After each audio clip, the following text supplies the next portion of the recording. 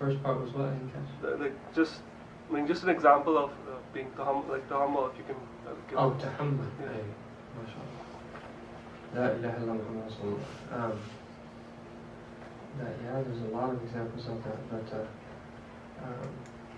you know, the two that stick out in my mind. That one time we were on a plane from Jakarta went to Bali, and that we were with Habib Umar on our way to Australia.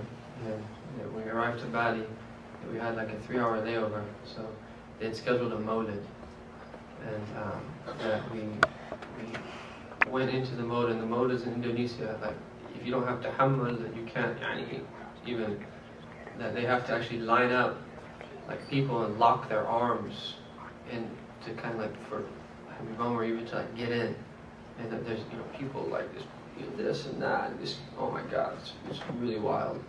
And then that getting in and getting out is a very difficult thing. So then we had the Mawlid, we somehow get back in the car, we get back to the airport, and that we're checking in, and we have very little time before the plane's about to take off, and then they look at Habib's visa, and that they only got him a 3-month.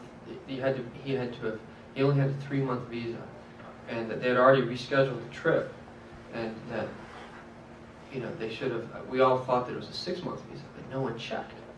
And so I'm sitting around like, how can no one check to see whether it's a 3 or 6 month visa? And so we went and we sat down on while we're waiting to see. They tried to make some phone calls. There's nothing. And Habib Umar was just sitting there, relaxed and smiling. And I'm sitting there just like, what are these people thinking? And Habib was just relaxed, and he started reciting poetry, and that poetry about the love of Allah and so forth. And then that he looks at me because he saw that I was a bit bothered. He said, Yahya, he says that the arifin, people who know Allah, is that they are with Allah whether that there's a outward manifestation of prevention or giving. And he says is that the arifin see everything as a gift, whether they're outwardly prevented something or they're outwardly given something. And he looks at me and says, is this the only thing that you learn on this trip? He said, it's enough. And so normally that when someone, if you just get ready to travel, and all of a sudden your travel plans change, that we all kind of get, a bit upset about that. But for the people who know Allah, that they see everything as a gift from Allah Ta'ala, and what normally would make someone constricted, it left him in a state of tarab, where he was actually in a state of, where he just started quoting poetry, and he was relaxed, and the whole way home. Because we had to fly back to Jakarta. We arrived at like 2:30 in the morning, and then the conversation in the car, there was this man who just was trying to. Anyways, it was mashallah tabarakallah. It was the opposite of the way that you normally would. The other thing that reminds me is that when we were after Habib's trip to Canada, we went to the States, and we intentionally tried to avoid some of the airports so we could avoid like those new scanners. And this one time that they wanted to do a search on Habib, and like the search was just, I just felt so bad because you have this respectable man, and just like the way that they were searching him was just foul, and it was just like really troubling.